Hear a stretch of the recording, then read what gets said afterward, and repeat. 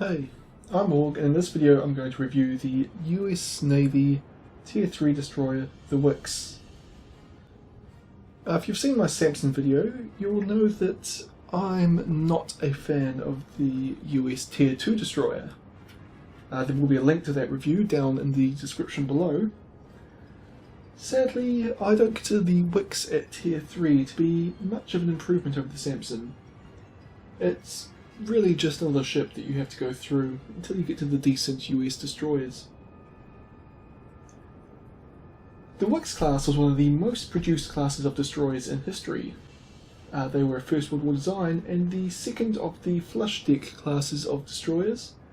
The flush deck destroyers were intended to be more structurally sound than the Sampsons, with a better ability to fight in rough seas, as well as higher speed and range.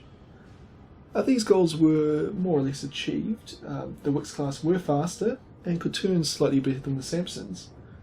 However, they still did not have sufficiently long operational range, and their gun positions could be wet in rough seas.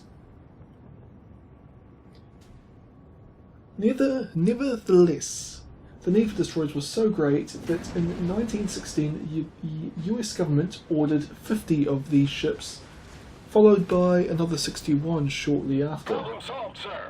The odd thing about this was that the Wickes-class destroyers were designed for escorting battleships and scouting for those battleships, but what was actually needed were anti-submarine ships, which the United States Navy didn't really have at the time. So many of these destroyers were refitted with anti-submarine weapons basically as soon as they were produced. A number of Wickes-class destroyers served in the First World War, although very few even met the enemy, let alone did anything of note. It's actually kind of interesting to see how little the 111 Wickes-class destroyers actually achieved. A number of them never saw combat. Most were built after the First World War, and a lot of those were scrapped in the 1930s.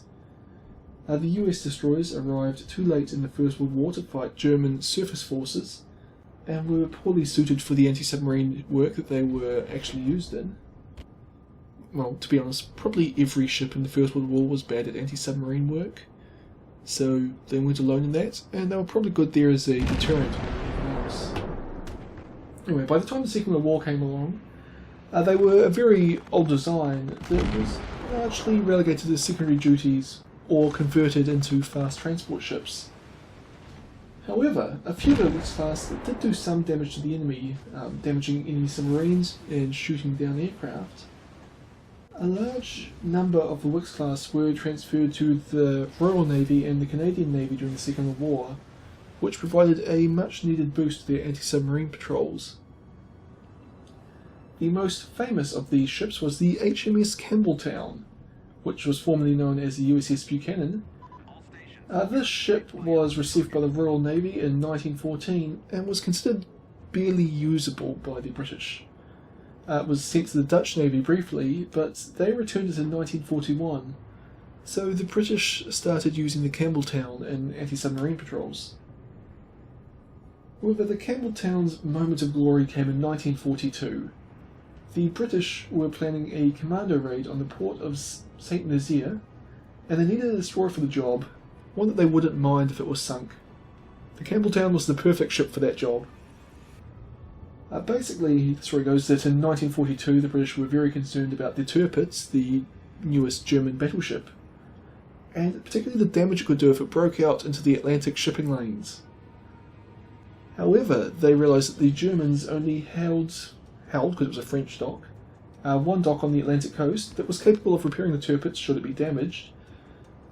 So they figured that if they destroyed that dock, the Germans would probably not be willing to risk sending the Torpedoes into the Atlantic, since it would basically be stuck there and they couldn't repair it if it was ever damaged. The only problem with destroying that dock was that it was 8 kilometres up a well-defended river, so it was too costly to attack directly. It was too small a target to hit from the air, and too big a target for saboteurs to wreck. The solution to this problem was found in a commando raid. The plan was to get an old destroyer, the Campbeltown, modify it to look like a German destroyer, load it up with commandos and explosives, and essentially rammed in the docks at high speed. At which point the commanders would jump out, start blowing stuff up, jump back into some smaller boats and sail away, leaving the destroyer behind with the timer on the explosives ticking away. This mission actually went off almost as well as could be hoped. The Campbeltown's modifications fooled the Germans into thinking that it was a friendly ship and holding their fire until it was far too late.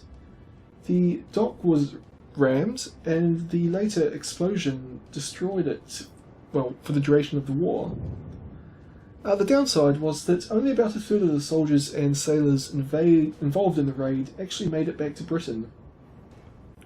On the plus side though, the Tirpitz never did enter the Atlantic, but unbeknownst to the British at the time, months before the raid, Hitler had actually forbidden the use of the Tirpitz in the Atlantic. Strategically, the main consequence of the raid was for the Germans to increase their focus on defensive fortifications along the Atlantic coast. That's kind of a question for historians whether these fortifications were worth the expenditures on them, since they did not prevent the Allies landing in 1944, but they did soak up a lot of German resources while only leading to delays in the Allies taking German ports along the coast. But to be honest, that's probably the most influence that the Wickes-class had on history.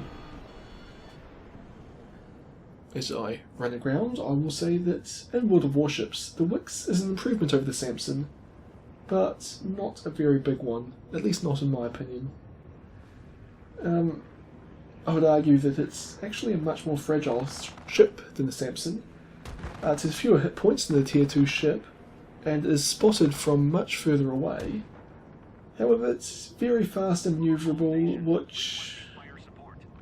I said more fragile earlier, but really it's probably about average. It's a bit better at dodging shots, but it's going to have a lot more shots fired at it and can't take as many of them. Unfortunately, the armament of the Wickes has not increased much at all over the Sampson. It has the same 4 guns as the Sampson, except now they have slightly worse firing arcs, and, well, slightly worse firing arcs, but an extra 600 metres range. The torpedoes are improved slightly, and they've been buffed recently, so they may be more useful than when I was playing this ship last. The torpedoes do a lot more damage than those on the Sampson. They are slightly faster, and when fully upgraded they have a range of 5 kilometres, which is longer than the Sampson, but still very short. So, well, to summarise, survivability, the Wickes is about the same as the Sampson in terms of guns. It's about the same as the Sampson. Certainly the improved torpedoes and the extra speed of the ship that, in my opinion, make it superior to its predecessor. Compared to the Japanese Tier 3 destroyer, the Wakatake, the Wickes is outclassed in almost every respect. It only has a significant advantage in rate of fire and traverse of its guns. While the Japanese guns have a range and damage advantage, as well as the advantage in torpedo speed and manoeuvrability. I didn't get the chance to play this ship against the Soviet Tier 3 destroyer, but it seems like a lot more even match, although the DSU could possibly outgun the Wickes with its high rate of fire. Basically, if you come across either of the destroyers, I'd say your best bet is to try and close in as quickly as you can, and force them to manoeuvre so they won't be able to... their turret reversers won't be able to keep up with your movements, and yours, because yours are very good, will still be able to keep up with theirs. If it isn't obvious by now, I am not a fan of the Wickes, and this can kind of be seen in my stats with this ship. It's by far the ship that I've performed the worst in. In 30 games, I only managed to have a 43% win rate, and although I had a decent kill to death ratio, I only did 19,000 damage per game. So kind of feel free to ignore everything I'm about to say, you know, in terms of tactics and the like. But I will also mention that my 19,000 damage per game is about 50% better than the average player, and I've also secured around, well, almost 80% more kills per game than the average Wickes player. So in some respects the fact that I've got a poor win rate's probably just bad luck, since I seem to have been doing my share of the work. And even though I'm kind of bad in the ship, I'm still kind of above average. I basically played the Wickes in much the same manner that I did the Sampson. That is, I tried to hang around my maximum gun range and fire high explosive at enemies, hoping to start a fire, and basically just working on focusing down enemies with my team. Now the Wickes is okay at this as it can manoeuvre rapidly, making it difficult to hit, but the range of 9.2 kilometers is a bit on the short side to really do this safely. The other attack option on the Wickes is to close in for ambush torpedo attacks around islands.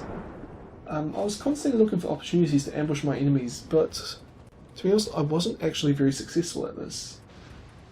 Open water dashes into torpedo range can also be successful thanks to the high speed of the Wickes, but you also have a high detection range which will give the enemy the option of firing at you sooner. I didn't actually use this final tactic much, and in retrospect I would have pressed home more attacks in this fashion if I were to play my games again. I'd be much more aggressive and focus far more on just closing the distance with the enemy using my torpedoes. I really think that my biggest shortcoming in the Wickes was that I tended to hang back and husband my hit points far too much when this is a ship class that really requires you to risk your ship and get into point blank range engagements to really have an impact on the outcome of the game. I suspect that aggressive players will appreciate the speed and powerful torpedo broadside of the ship, while cautious players like myself will be hanging back, dodging shots, hoping to start fires, and ultimately contributing very little to the outcome of the game. The other thing that the Wickes is very useful for, though, I should mention, is capturing the points, since it's one of the fastest ships in the game, and, well, one of the fastest ships at this tier, and one of the stealthiest ships at this tier. It's kind of your responsibility to get in and capture the points, and try and sneak around and recapture them later on. The big threats to the Wickes are the Japanese and American light cruisers. Even the 10 Ru can outgun the Wickes, and they are all fast enough that you will struggle to escape from them. As I said earlier, the Soviet destroyers could also be threats. They are also quite fast, although the tier 3 and 4s not so much, and they do have powerful guns, so as I said, they'll be difficult to escape, and you're probably actually better off trying to close in with them and try and beat their turret reverse. On the other hand, your main target's going to be trying to find Japanese destroyers and kill them. Also, you are very effective against aircraft carriers, as you have just seen and as you are kind of about to see.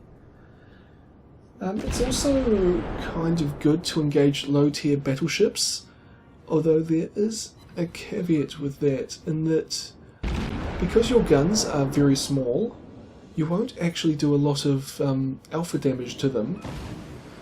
Basically, a lot of your shots just won't penetrate at all. You'll do 0 damage, and when you do penetrate, or get a damaging high explosive shell, they'll often do 200 or 400 damage. So you're really only going to have to rely on fires to get you the damage output you require. And while the Wickes' guns, they've got a low chance to cause a fire per shell, and they don't really fire fast enough that you really have a decent chance of starting fires.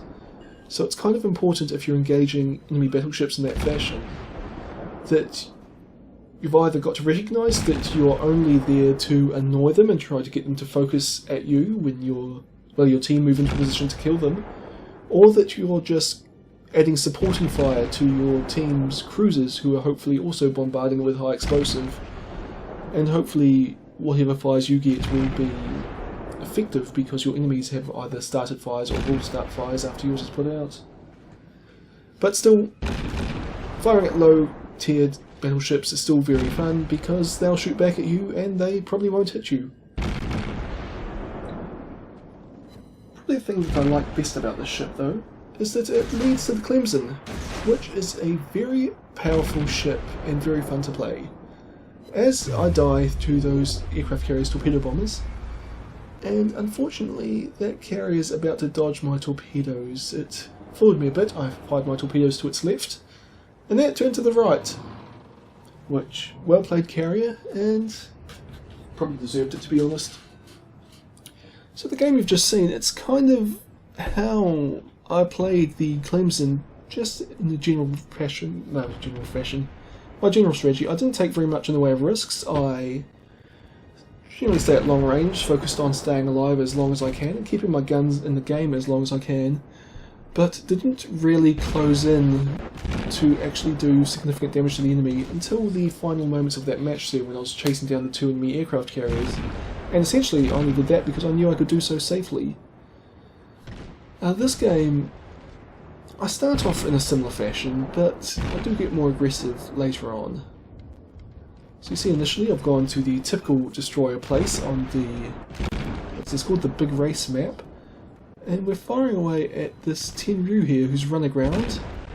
And now the Tenru, it's usually fun to fire at because your armor piercing shells will just automatically citadel it. Well, not automatically, but have a very high chance of citadeling it. Unfortunately that's not the case in the Wickes, and you're better off still firing high explosive at it. And here's one of those low tier battleships I was talking about shooting at earlier. And 3 shells out. They all missed, all fell short. And again, missed. The guns are actually usually very accurate, but just not working for me right now. Oh, there we go, I got 2 hits and they did no damage. Looks like they took out a secondary gun though, which is still pretty useful. And that's what's saying with shooting at low tier battleships, you just have to accept that most, maybe not most, possibly actually most of your shells won't actually do any damage. It's better to try and aim for the superstructure and gun ports, because those are where the weak armour is and where you can have a decent chance of doing some damage. Where I've come around now, the Tenru's up here at close range. I fire my torpedoes in a speculative fashion, because, well, the Tenru's good chance it's not going to be there, and unfortunately doing that forces me to run aground for the second time in this match. Fire off some other torpedoes. Again, there's a small chance they're going to hit, but not particularly likely. And just focus on firing my guns and doing my damage where I can. Managed to start a fire there, which is very good since the Tenru's on quite low hit points. And I believe it just put out a fire, so that fire will probably actually kill it if we left it alone. But no sense in doing that. My engine gets destroyed by something there, but I repair it quickly and continue firing away at this Tenru. Problem solved, sir. And yep, I am reversing around completely. The Tenru's dead, I didn't get the kill. So now this enemy battleship's kind of here by itself. Did 495 damage with 2 hits. But its guns are pointing at me, which isn't great. I'm trying to turn around to put an island in between it and me. I'm actually aiming a bit low here. I should be aiming higher up at the superstructure, but I'm actually managing to do, you know, small amounts of damage with every hit, so it's not too bad. Okay, I fired away the enemy destroyer, but my shots, well, it died, and then my shots hit the island, so that was a waste of a broadside. Torpedoes in front of me, but they're not going to get anywhere near me. And it looked like I was firing at that battleship there, but I was actually shooting at the destroyer behind it because, well, it's more of a threat to me, and, well, I can also be much more effective if I manage to hit it than I am at that battleship. Having said that, I just did 1400 damage to it with 3 hits, so I obviously managed to hit in the right place there. Another 400 from 2 hits, and eventually at this rate I will destroy the battleship's health. It's just going to take a while. And there, 2 hits, didn't look like they did any damage. But battleships, as I said, it's kind of just to be expected. But here's where I'll kind of decide I'm going to start being aggressive. There's an enemy Albany up here, which looks like it's run aground. Basically, I think I can charge up there at point blank range and unload my torpedoes into its side, and it will have very little opportunity to fire at me. But, well, that plan doesn't work because the Albany dies long before I get there. But I do see that there's an enemy South Carolina kind of charging out into the open, and I'm going to have a chance to get a shot off at it very soon. So I actually put my smoke screen on to try and conceal myself a bit, and then fire my torpedoes. Unfortunately, the South Carolina's actually turned away from me, which means those torpedoes, because they're kind of slow and kind of short range, very short range, probably won't actually reach the South Carolina. The enemy Wakataka has appeared, so I'm firing away at it. And it looks like I'm about to run around again, but I turn hard. And, well, I kind of run around, but not in a significant way, and I'm able to haul myself off the rocks. And, well, I get very lucky there. Almost get lucky there, in that I almost killed that Sampson with my torpedoes that were aimed at the battleship. But it wasn't to be, so I switched to my guns.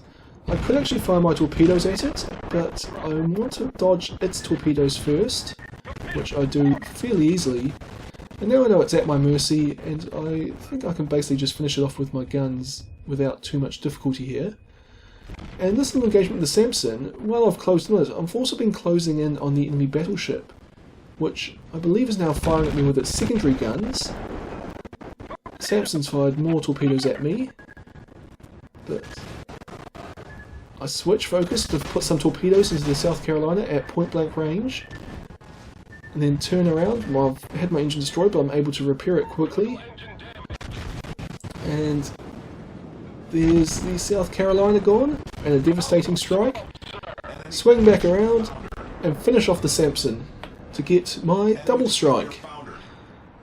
And when I did that, I lost more than half of my hit points in that engagement, which means that I'm going to be kind of useless for the rest of this match because, well, I just can't afford to take any risks or I'm out of the game.